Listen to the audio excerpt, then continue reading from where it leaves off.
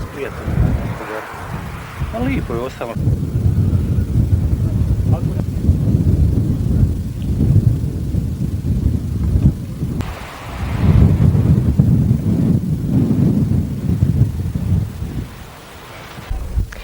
Biskupe Badurina, molim vas, ako možete dati izjavu o značenju o tome blagdanu današnjem i o tome što se, na kojoj lokaciji je on i koliko on znači za ovaj narod danas. Mi smo sada na ruševinama Gospine crkve u Gracu. Ta crkva je znamenita zato jer je na temeljima mnogo starijih slojeva života i predkršćanskih, a onda osobito starohrvatskih. Ova crkva je značajna jer je na tom mjestu bila crkva Svetog Petra i vjerojatno to ima veze sa nazivom ovog polja Petrovo polje. Ona nije srušena odmah, ona je srušena u lipnju 1993. koliko se sjećam i mi smo sada prvi put ovdje pokraj ovih ruševina sabrani na svetu misu. Ljudi promatraju svoje zapaljene kuće, svoje uništeno imanje, sve ono što su desetljećima stvarali, što su od starijih naslijedili. Mi gledamo ovu crkvu ovako oštećenu, uništenu, razmatramo situaciju grijeha koji je uzrok svega ovoga. Molimo se Bogu i nastojimo sakupiti u sebi snage da ne bismo klonili nad ovim ruševinama, nego da bi se nakupila duhovna snaga u ljudima za novi život i za neku bolju budućnost. Danas je sakrament krštenja, koliko to daje? Sakrament krštenja, koliko je on simbol onog novog što će se dešavati na ovom području? Pa vidite, mi danas slavimo rođenje Blažene Djevice Marije, rođendan Isusove i naše majke. To je dakle početak života. To ima svoje simbolično značenje da sa krštenjem počima novi život koji treba da se malo pomalo razvija, da raste u sebi, da se snagom ljubavi roditeljske i čitave zajednice odgajaju novi ljudi, jer bez čovjeka, bez ljudi ne može biti ni obnove, ni onoga materijalnog, ni duhovnog, ni moralnog, ni društvenog. I zato u te nove ljude stavljamo svoju nadu u budućnost. Oni će naslijediti ono što sadašnja generacija uspije obnoviti i nadamo se da će onda njihov život biti bez svih ovih posljedica sasvim normalan i miran. To je naša nada koju polažemo ovu djecu koju danas krštavamo. Hvala najljepše. Molim lijepo.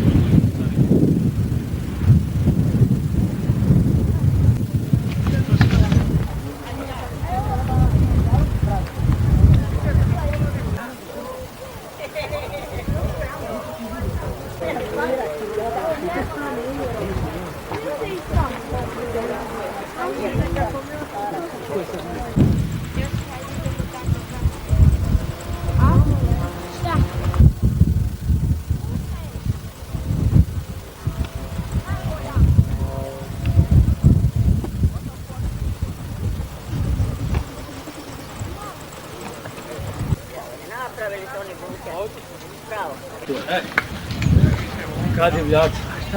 Evo ti Bože, evo ti Bože. Gdje si ti Cvijeto? Tebe nikako u Trogir mene u gosta dođe. Kaj tebe krenu baš po Ja baš prošao ti jesam dođe tamo. Čekaj. A ne znam, je li tu? A?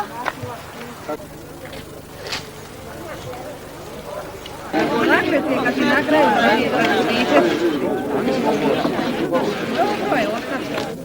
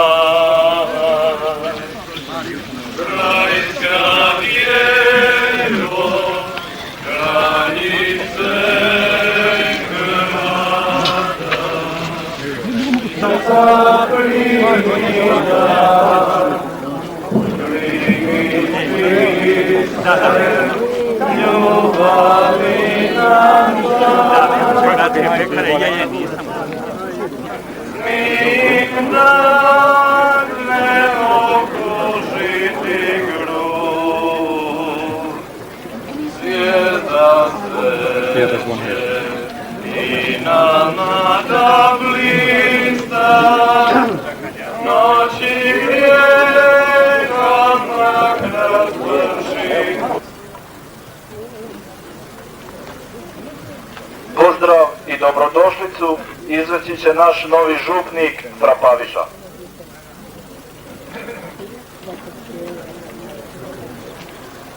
Dragi oče biskupe, dragi svećenici, dragi vjernici, želim vam samo jednostavno kazati, dobrodošli na ovo usprkos svemu sveto tlo, jer baš ovdje održavala se smjena stanovništva naše župe.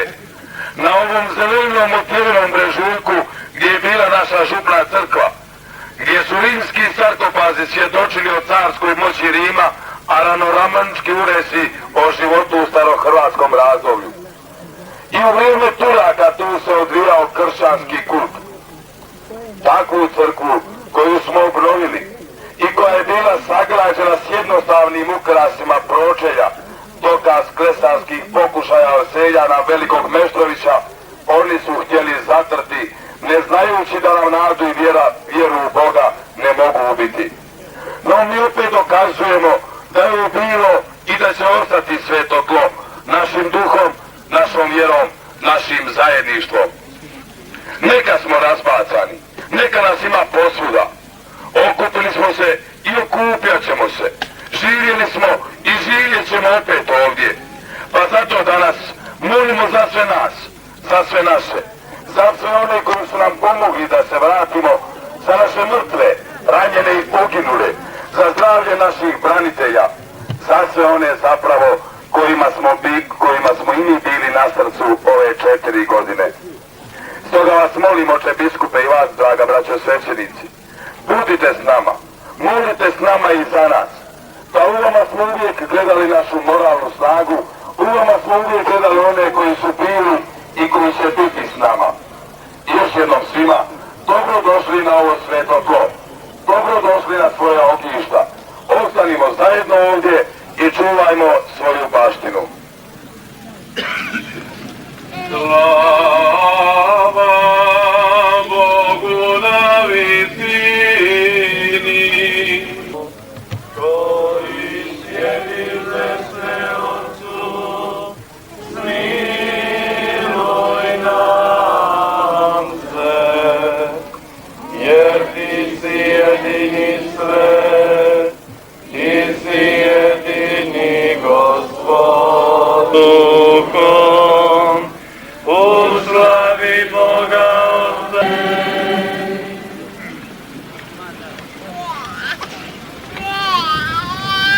Prvo čitanje navijestit će nam Jelena Bojičić.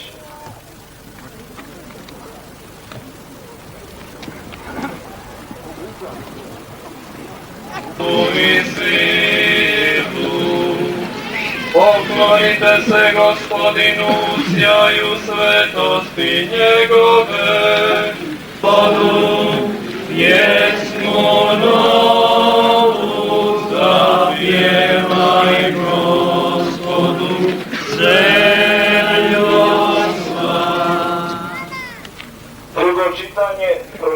nam Ana Sučić. Pozva te i opravda, jer koje opravda te i proslavi, riječ je Gospodnja. Kriz Bog naš, aleluja,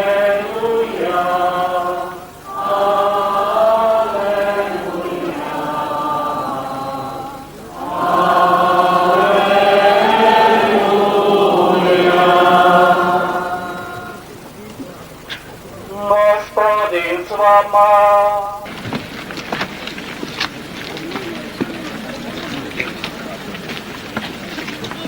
Prorok u Starom Zavjetu govao je i plakao nad ruševinama Jeruzalema. Braćo i sestre, mi ovih dana, ovo mjesec dana, obilazimo naše, vaše domove, naša sela, naše gradove, naše župe, naše crkve i u sebi sakupljamo gorčinu i tugu i ono raspoloženje koje je ispunilo srce proroka kada je tugovao nad razvalinama Jeruzalema. I moglo bi se dogoditi da na tom stadiju našeg raspoloženja, našeg osjećaja zastanemo. Da zastanemo nad ruševinama tugujući i na neki način bespomoćni, pogođeni zlom koje je prohujalo, koje je ostavilo tako teške tragove i za koje kao da ponestaje snage da bi se mogli popraviti i obnoviti. Ali mi smo se danas ovdje sabrali da proslavimo jedno rođenje, rođendan. Rođendan Marije, majke našega Gospodina Isusa i naše majke. I upravo okruženi ovom strahotom, ovim ruševinama. Evo, župna kuća je spaljena već u rujnu 1991. Kao onda i vaše kuće ovdje. Crkva je srušena, čini se, u lipnju 1993. To znači, ostala je još neko vrijeme na nogama, a onda je srušena i nije bilo dovoljno spaliti, nego ostaviti eksploziv da do kraja, do temelja bude uništena. I tako se je zapravo u nečijoj pameti stvorila ideja da je moguće iskorijeniti život. Iskorijeniti život duha. Iskorijeniti život naroda. Da je moguće uništiti i satrti svu povijest i svu baštinu. Ali mi se vraćamo potaknuti onim što smo danas čuli u Svetom Evanđelju. Govori se o rođenju Isusa Krista i iznosi se unatrag njegovo rodoslovlje kroz više od 2000 godina. Kroz stoljeća iz vjere naših pređa, iz kršćanskog načina shvaćanja i ponašanja naših pradjedova. I sve to, braćo i sestre, u sebi osjećamo i doživljavamo kao duboko korijenje i duboki temelj. I stoga se ne damo iščupati, stoga se ne damo satrti, stoga se ne damo uništiti. Da li će ipak u sadašnjem naraštaju nas, Hrvata, katolika na ovim prostorima biti dovoljno zajedništva, dovoljno duhovne snage,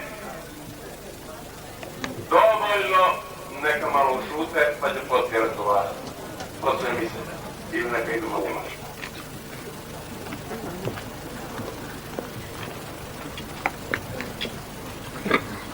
Hoće li današnji naraštaj imati dovoljno snage kakve su imali prošli naraštaj? Vidite, mi bismo morali znati kako je na ovim prostorima bilo pred otprilike 300 godina, kada su ovi prostori oslobađali. U Knin je ušla kršćanska vojska 1688. I odmah je ušao šibenski biskup u Knin i tamo je započeo crkveni život koji evo traje kroz ovih više od 300 godina. Tako i ovi prostori ovdje. Mnogo je toga satrto kroz više od stoljeća i po onog predturskog života na ovim prostorima. Moralo se početi iznova. I tu je bila otporna snaga, volja. Volja za rad, za trud, za znoj. Ali i ono nešto kršćansko što je živjelo u ljudima i što ih je iznutra jačalo i sabiralo, obnavljalo crkve i obnavljalo kršćansku zajednicu, obnavljalo život po obiteljima u kojima se molilo kao Feniks iz pepela, kao novi život, kao nova zajednica, kao nova obnovljena kultura. I onda se pojavio jedan čovjek, jedna redovnička zajednica, sveti benedikti, benediktinci, koji su se raširili po čitavoj Europi i oko svojih opatija okupili narod. I benediktinci su postavili sebi i narodu jedno pravilo. A to pravilo glasi vrlo kratko. Moli i radi. Iz tog pravila moli i radi izgrađivao se duhovni život, izgrađivao se društveni život, izgrađivala se i kultivirala zemlja i stvarali su se povoljni uvjeti za život naroda. Štemarije započima i ovdje na ruševinama na jedan simbolični način. Dokaz i poziv da je u čovjeku sve. U čovjeku su darovi Božji. U čovjeku su sposobnosti i talenti duha i tijela. U čovjeku je pamet, u čovjeku je savjest, u čovjeku je moral. U čovjeku je vjera i odnos prema Bogu. U čovjeka je položeno sve. Sve ovisi o tome kakav je taj čovjek. Kako se on u sebi razvija, raste i formira i oblikuje. Kako oblikuje svoje misli i svoju savjest. Kako oblikuje svoju duhovnost i svoj moral. Kako oblikuje javni život, svoj dom, svoju privredu, svoju kulturu, ali sve to proizlazi iznutra iz čovjeka. I stoga se mi s tugom, ja moram reći za sebe, s tugom se pitamo sve ove 4 godine. Od ovih početaka, od početaka u kolovozu 90. kada sam prvi put ovuda prolazio prema Kninu, pa smo ovdje na granici između Drniške i Kninske općine prvi put zaustavili mladi ljudi u civilu sa švajcerom.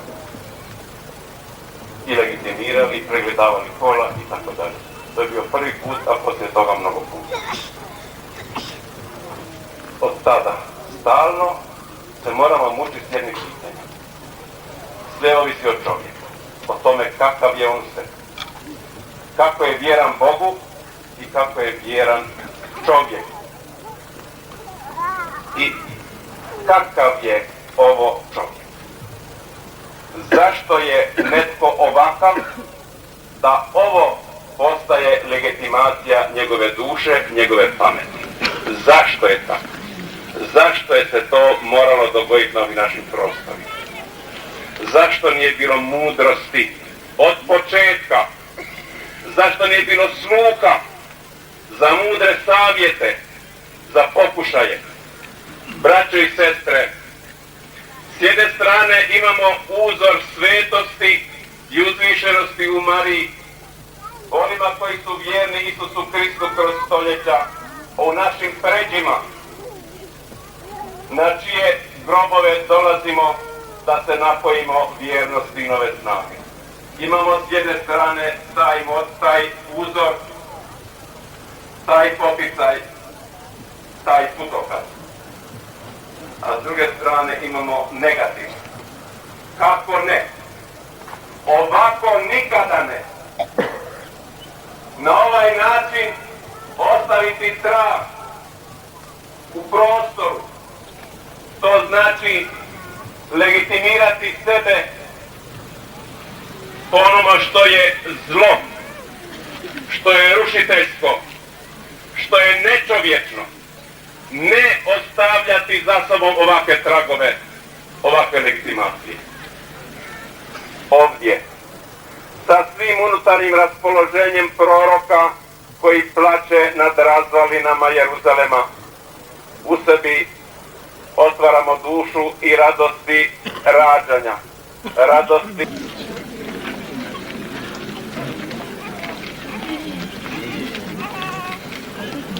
Da bi već tada poznata dobila moć posvećivanja. Bože, ti si samim izlijevanjem potopa označio sliku novog rođenja, da se oltarstvom jednog kristog počela i opačene do krajče i rode kreposti. Bože, ti si Abrahamove sinove kroz Crveno more po suhu proveo.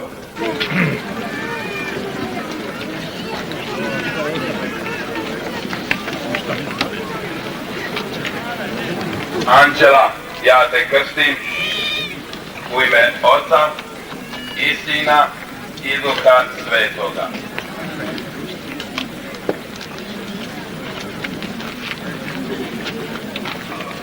Ja te krstim u ime Oca i Sina i Duha Svetoga. Amen. Duha Svetoga.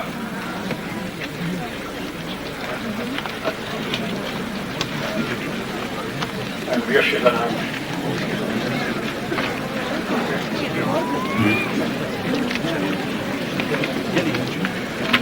Ante, ja te krstim u ime Oca i Sina i Duha Svetoga.